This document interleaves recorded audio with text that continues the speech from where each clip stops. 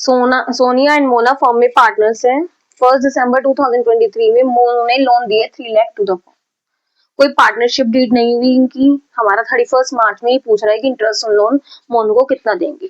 अगर partnership deed silent होती है तो जो इंटरेस्ट ऑन लोन है हमारा कितना जाता है 6%।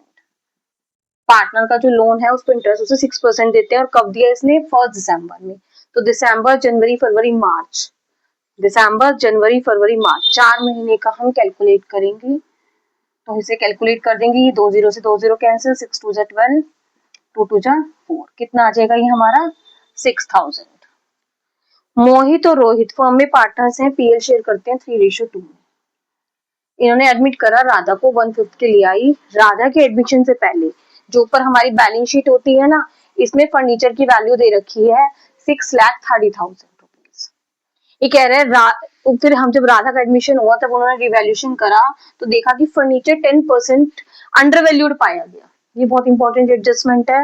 वैसे बड़े क्वेश्चन जो 6 मार्क्स का आता है एग्जाम में उसमें नहीं आती, लेकिन इंपॉर्टेंट एडजस्टमेंट है, एमसीक्यू में दी हुई है। तो आपको एंट्री पूछ रहा है। सबसे पहले तो बच्चे इसी में कंफ्यूज होते हैं। अंडर वैल्यूड दी हुई मींस कम वैल्यू है, तो मतलब कम हो गई वैल्यू, तो आप क्या करेंगे इसको रिवैल्यूएशन के डेबिट में डाल देंगे। नहीं, जबकि कह रहा है अंडर वैल्यूड बाय 10% से कम वैल्यू पाई गई। तो फर्नीचर कितने का था हमारा 6,30,000 का था। तो उसकी वैल्यू जो ये है वो जो ये वैल्यू होगी अगर अंडर वैल्यूड होगा तो 100 माइनस 10 कर देंगे 90 आ जाएगा। अगर ओवर वैल्यूड होता तो प्लस कर देते। तो ये 90 पे वैल्यू है। हमें 9 7 जा 63। तो ये जो वैल्यू है हम इंटू 100, हमें 100 पे चाहिए। तो कितनी होगी टोटल वैल्यू उसकी 7 लाख। लेकिन हमें तो रिवॉल्यूशन में दिखाना है, ठीक है। तो कितने का डिफरेंस आ रहा है 7 लाख का, 70,000 का डिफरेंस आ रहा है। तो 70,000 से हमने वैल्यू को बढ़ा देना है। तो रिवॉल्यूशन में किधर आएगा बाय में। तो हमारी एंट्री क्या जाएगी furniture account debit to revaluation account 70,000।